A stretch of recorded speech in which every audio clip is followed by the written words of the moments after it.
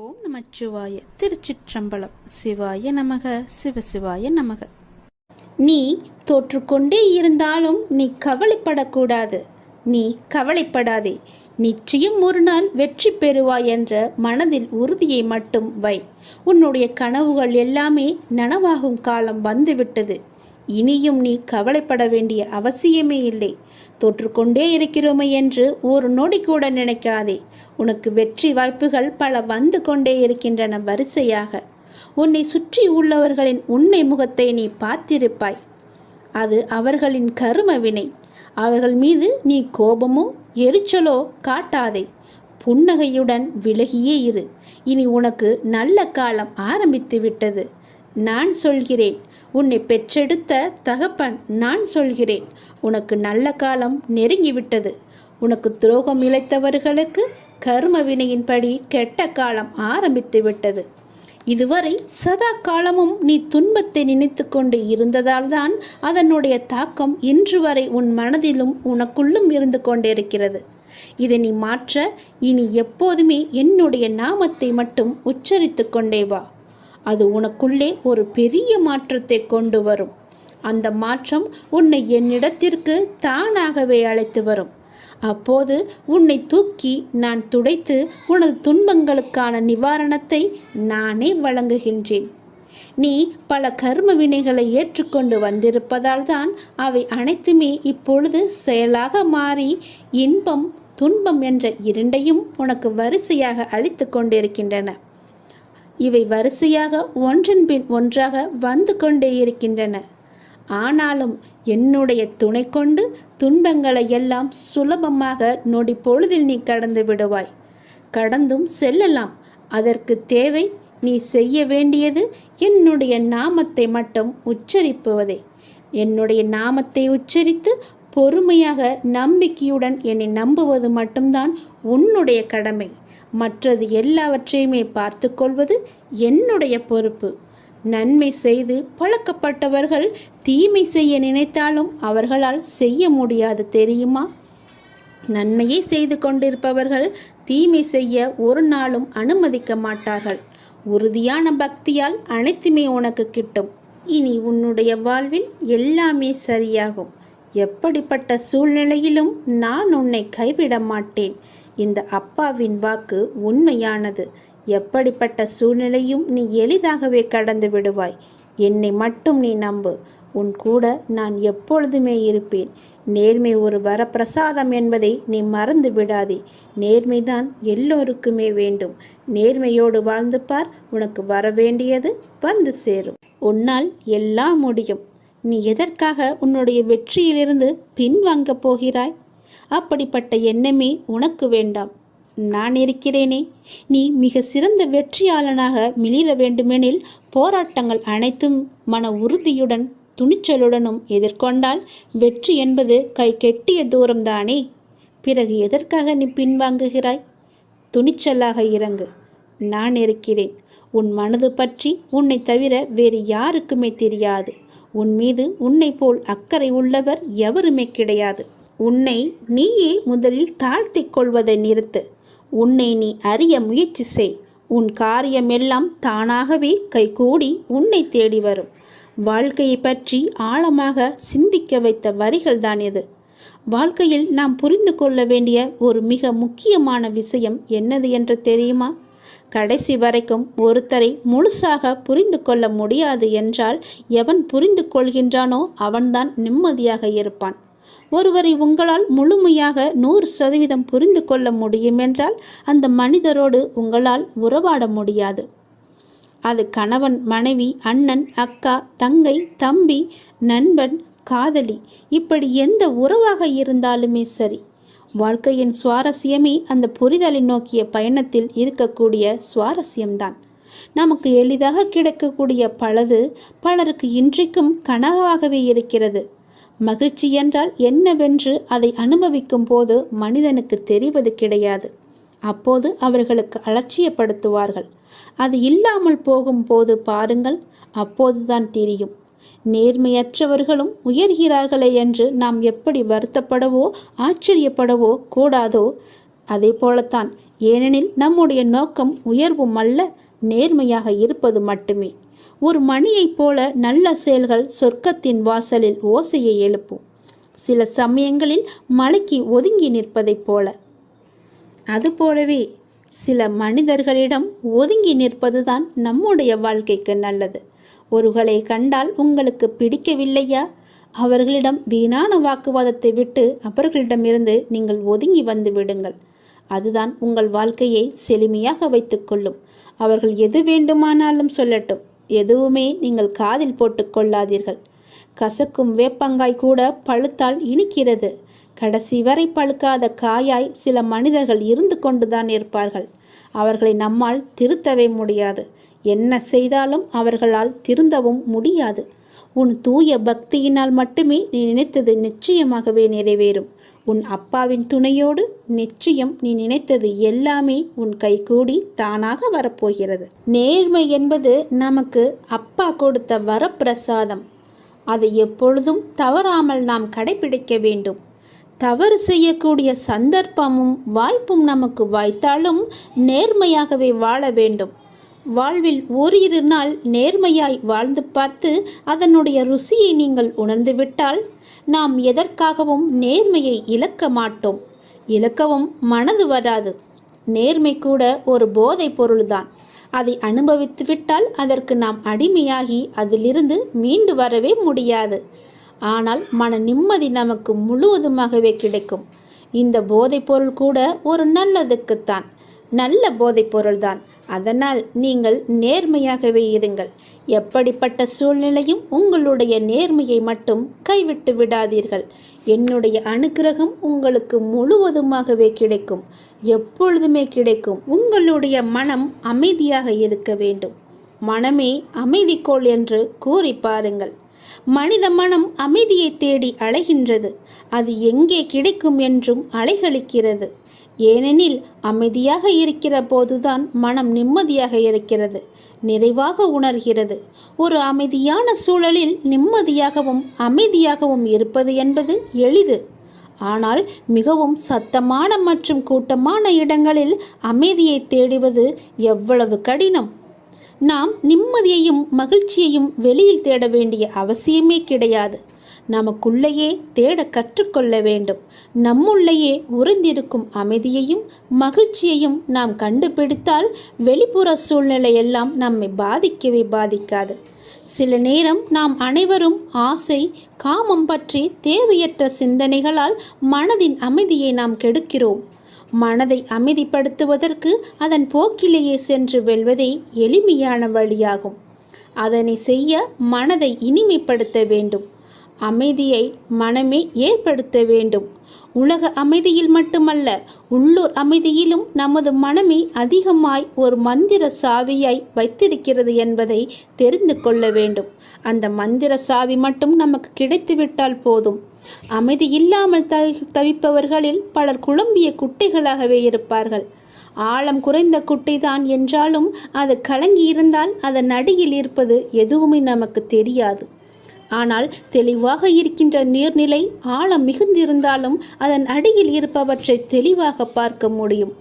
புற சூழல் எப்படி இருந்தாலும் அமைதி என்பது வெளியே இல்லை, நம் அகத்தில்தான் இருக்கிறது என்பதை நாம் புரிந்து கொள்ள வேண்டும். ஆம் சொந்தங்களே, அமைதி என்றால் நம்மை சுற்றி சிக்கல்கள் ஏதுமற்ற அமைதியான சூழல் அல்ல. மாறாக நம்மை சுற்றி அச்சுறுத்தும் சிக்கல்கள் இருந்தாலும் உள்ளத்தில் உணரும் அமைதியே உண்மையான அமைதி என்பதை நீங்கள் தெரிந்து கொள்ளுங்கள். நீங்கள் எதை செய்தாலும், நீங்கள் எங்கு இருந்தாலும் இதை எப்போதும் மனதில் வைத்து கொள்ளுங்கள். நீங்கள் செய்யும் எல்லாவற்றையுமே நான் எப்போதும் அறிவேன். எல்லாவற்றையுமே நான் பார்த்து கொண்டே இருக்கிறேன். எனது பக்தர்களுக்கு தீங்கு விளைவிக்க நான் ஒரு பொழுதுமே அனுமதிக்க மாட்டேன். இது நீ பிறக்கும்போது உள்ள ஜாதக கட்டம். அதில் உள்ள ராசியை வைத்து உனக்கான எதிர்காலம் எப்படி இருக்கும் என்பதை நான் சொல்ல வந்திருக்கிறேன். நீ செய்ய வேண்டியது எல்லாம் இது தெரியுமா? எனக்காக கொஞ்சம் நேரம் ஒதுக்கி இதை கேள். உன்னை பற்றி நான் முழுமையாக சொல்கிறேன். உன்னுடைய மனநிலை எப்படி இப்போது இருக்கிறது என்று நான் சொல்கிறேன். முழுமையாக எனக்காக நேரம் ஒதுக்கி கவனமாக கேள். நீ எங்கிருந்தாலும் நான் உன்னுடன் இருப்பேன். உன்னுடன் மட்டும்தான் இருப்பேன். நீ இப்போது எந்த நிலையில் இருக்கிறாய் தெரியுமா? இன்ப நிலை நீங்கி துன்ப சுமையை நீ சுமந்து கொண்டிருக்கிறாயே.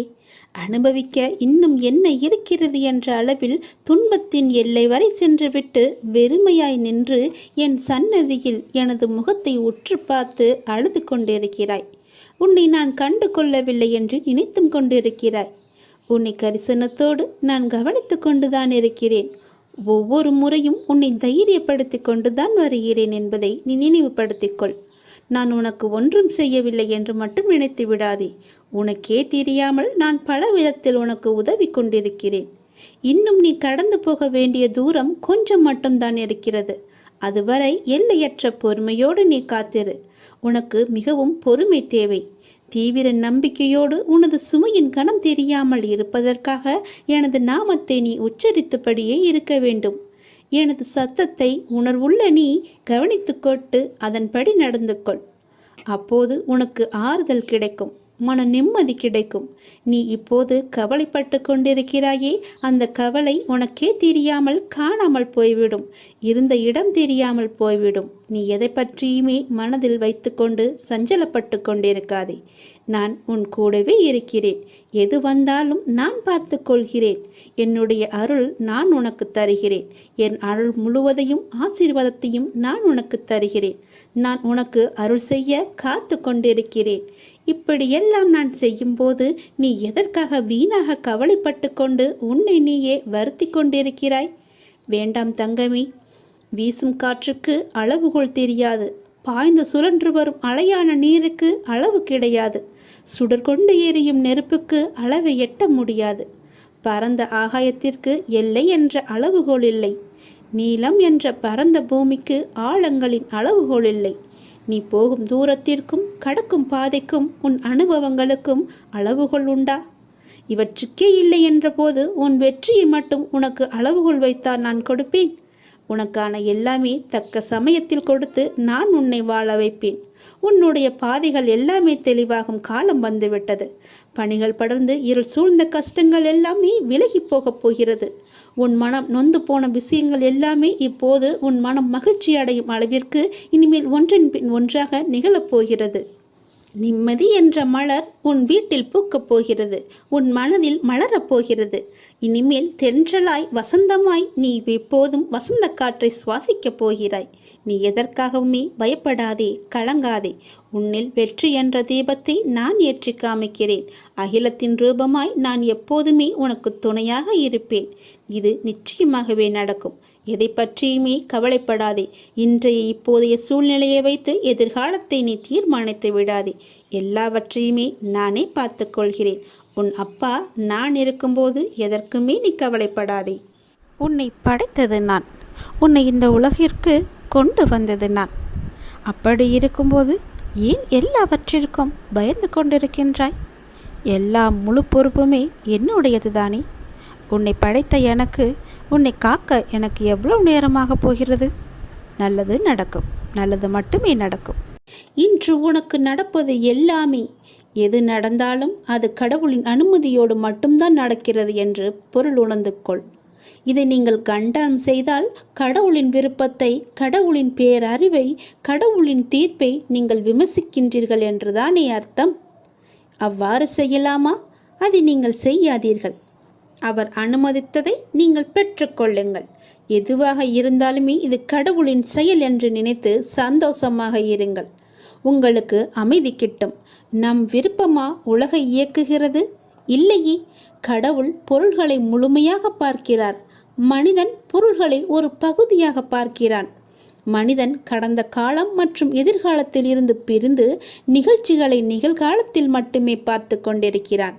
கடவுளுக்கோ முன் நடந்ததும் தெரியும், பின் நடக்கப் போவதும் தெரியும், இப்போது நடக்க இருப்பதும் தெரியும். அதனால்தான் கடவுள் ஒற்றுமையை காண்கிறார், மனிதன் வேற்றுமையை காண்கின்றான். கடவுள் பூரணமான நியாயத்தை காணும்போது அதே தருணத்தில் மனிதனோ அதை காண்பதே கிடையாது. நீங்கள் கடவுளின் ஸ்தானத்தில் வைத்து பாருங்கள். நீங்களே கடவுள் என உணருங்கள். பிரபஞ்சம் முழுவதும் உங்களுக்கு படைப்பே என்றும் அனைத்தும் உங்கள் விருப்பத்தாலேயே நிகழ்கின்றன என்றும் உணர்ந்து கொள்ளுங்கள். உடனேயே உங்களுக்குள் அபரிமிதமான அமைதியும் ஆற்றலும் ஊற்றெடுப்பதை நீங்கள் உணர்ந்து கொள்வீர்கள்.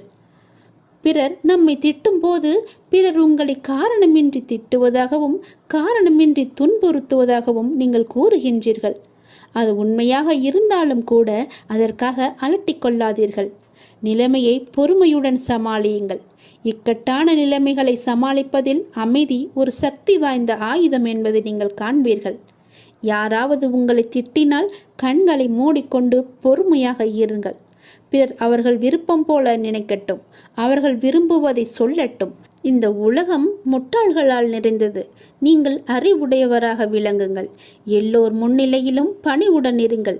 எந்த நிலைமையிலும் அடக்கமாக இருங்கள். நான் உயர்ந்தவன் அல்லது தாழ்ந்தவன் என்ற எண்ணத்தை விடுத்து அனைவரிடமும் அனைத்திடத்தும் கடவுளை காண கற்றுக்கொண்டால்தான் இது சாத்தியமாகும். கடவுள் அப்படித்தான் விரும்புகிறார். எனவே அது அப்படியே இருக்கட்டும். பிறர் உங்களை நிந்திகையில் நீங்கள் மௌனமாக இருங்கள். கலக்கம் அடையாதீர்கள். பழி சொற்களை ஏற்றுக்கொண்டால் என்ன ஆகப் போகிறது? அடக்கத்திலும் தூய்மையிலும் நீங்கள் வளர்ச்சி அடைவீர்கள். அதுவே மிக பெரிய தவம் என்பதை தெரிந்து கொள்ளுங்கள். ஆன்மீகத்தில் நீங்கள் உயர்வடைவீர்கள். நிச்சயமாகவே யாராவது உங்களை வசிப்பாடினால் அவர்கள் முடிக்கும் வரை என்னுடைய நாமத்தை நீங்கள் ஜபித்து கொண்டே இருங்கள். வாய்விட்டு கூறினாலும் சரி, அவர்கள் கூறுவது உங்கள் காதுகளில் விழாது. நீங்கள் செவிடாகி விடுவீர்கள். எப்போதெல்லாம் எங்கெல்லாம் அநீதி தோன்றுகிறதோ அப்போதெல்லாம் அங்கெல்லாம் நான் அவதரிப்பேன். அநீதியை நான் அழிப்பேன். நான் என்று கூறுகிறாயே அர்ஜுனா, நான் என்பது எது? நான் தான் நீ, நீதான் நான். உன்னை இயக்குபவனும் நான் தான் என்பதை நீ தெரிந்து கொள். உனக்கு நடப்பது எல்லாமே என்னால் என்பதை தெரிந்து கொள். உனக்கு நடப்பது எல்லாமே உன்னுடைய நன்மைக்காக நான் செய்கிறேன் என்பதை தெரிந்து கொள். எந்த பொருளையும் தீயிலிட்டால் முதலில் அது கருப்பாக ஆகும். பிறகு இன்னும் அக்னியுடன் போட்டால் நீற்று போகும், சுத்த வெளுப்பாக ஆகிவிடும். அப்புறம் தீயில் போட்டால் அது மாறாது. அதுவே முடிவான நிலை. இப்படி நீற்று போனதே திருநீரு. நீரு பஸ்மம் எனப்படும். ஈஸ்வரன் மகா பஸ்பம்.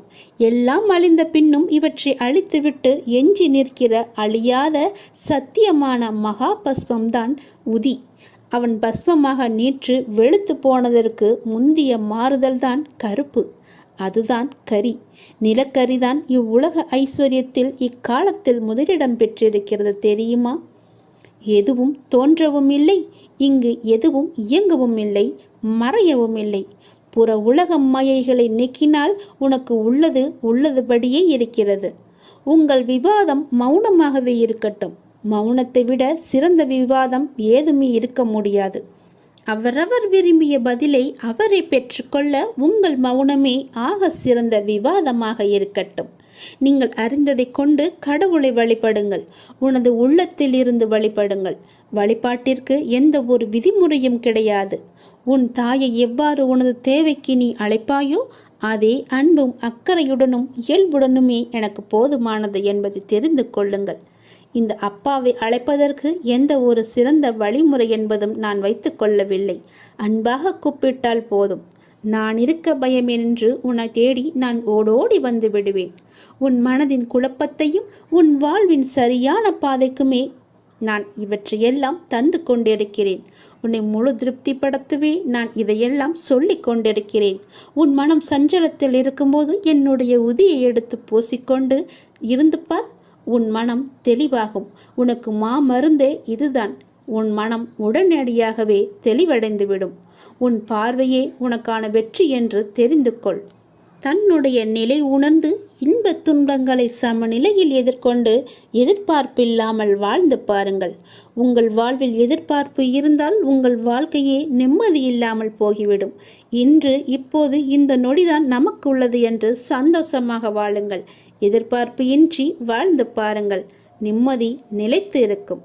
உன்னுடைய தூய்மையான பக்தியினால் நீ எல்லாவற்றையுமே பெற்று சந்தோஷமாகவே வாழ்வாய். நீ நினைத்த விஷயங்கள் எல்லாமே சீக்கிரமாகவே உனக்கு கிடைக்கும். நீ சந்தோஷமாகவே இரு. தினசரி 5 நிமிடம் மற்றவர்களுக்காக பிரார்த்தனை செய்யும் பொழுது நம்முடைய எண்ணங்கள் நேர்மறையில் செயல்பட்டு நல்ல மாற்றங்களை நமக்குள்ளே கொண்டு வருகிறது. நாம் நம்முடைய தேவைகளுக்காக எந்த வேண்டுதலும் இல்லாமல் அடுத்தவர்களுக்கு பிரார்த்தனையில் ஈடுபடும் பொழுது நம்முடைய தேவைகள் தானாகவே நிறைவேறிடும். யாராவது உன் கண் முன்னே கஷ்டப்பட்டு கொண்டிருந்தால் அவர்களுக்காக ஒரு 2 நிமிடமாவது அவர்களுக்காக வேண்டிக்கொள். அவர்களுடைய பெயரை என்னிடம் சொல்லிக்கொள். அது போதும். உன்னுடைய வேண்டுதல் தானாகவே நிறைவேறும். காலப்போக்கில் நமக்கு தேவை என்பதே இல்லாமல் நம்முடைய மனம் எப்பொழுதும் ஆழமான அமைதியில் அபரிமிதமான ஆசிகளுடனும் எப்பொழுதும் நிறைவாகவே இருக்கும். இப்படிப்பட்ட பிரார்த்தனையில் ஈடுபட எல்லோருக்குமே வாய்ப்பு அமைவதில்லை. ஆனால் நமக்கு இந்த வாய்ப்பு கொடுக்கப்பட்டிருக்கிறது. அதை நீ முறையாக முழுமையாகவே பயன்படுத்திக்கொள். இப்படிப்பட்ட பிரார்த்தனையில் ஈடுபட எல்லோருக்குமே வாய்ப்பை நாம் தரமாட்டேன். உனக்கு இந்த வாய்ப்பை நான் கொடுத்திருக்கிறேன். அதனால் இதை நீ பயன்படுத்திக்கொள். எல்லோருக்குமே நன்மையை மட்டுமே செய். நம்மையும் நம்மை சுற்றி உள்ளவர்களையும் உயர்த்த நமக்கான வாய்ப்பு இது என்று எண்ணிக்கொள். இந்த வாய்ப்பை நீ தவறாமல் பயன்படுத்தி நாம் உயர்ந்து நம்மை சார்ந்தவர்களையும் உயர்த்துவோம் என்று எண்ணத்தோடு செயல்பட்டுப்பார். உனக்கு வேண்டியது எல்லாமே தானாகவே வரும். எந்த தடங்களும் இல்லாமல் உன் கைகளில் வந்து சேரும். உளமாற உன்னுடைய மனதார பிரார்த்தனையில் ஈடுபடும் பொழுது நமது தீய கர்மாக்கள் எல்லாமே குறைந்துவிடும். அபரிமிதமான ஆசீர்வாதங்கள், எல்லா தெய்வங்களின் ஆசீர்வாதங்களும் உனக்கு தானாகவே வந்துவிடும். எப்பொழுதும் நேர்மறையான எண்ணங்களால் உன் மனதை நீ நிரப்பி வைத்துக்கொள். உன் வீட்டையும் நேர்மறையாகவே மாற்றி வைத்துவிடு. நீ பேசுவதும் நேர்மறையாகவே இருக்கட்டும். நீ முழுவதுமாகவே நேர்மறையாகவே மாறிவிடு. எதிர்மறை உனக்குள்ளே வராதபடி செய்து கொள். நேர்மறை இருந்தால் அந்த வீட்டில், அந்த இடத்தில் எதிர்மறைக்கு வேலையே இருக்காது. அடுத்தவர்களுக்கான இந்த 5 நிமிடம் நமக்கான மிக பெரிய ஆசீர்வாதம் என்பதை நீ தெரிந்து கொள். உணர்ந்து பயன்படுத்தி கொள்வதற்காக நான் உனக்கு இப்பொழுதே மனமார்ந்த நன்றிகளை நான் கூறிக்கொள்கிறேன். மற்றவர்களுக்காக நீ வேண்டுவதற்காக என்னுடைய நன்றி இது. ஏற்றுக்கொள். உங்கள் சிரமங்கள் அனைத்துமே விரைவிலேயே தீர்க்கப்படும். நிச்சயமாகவே தானாகவே எல்லாமே சரியாகும்.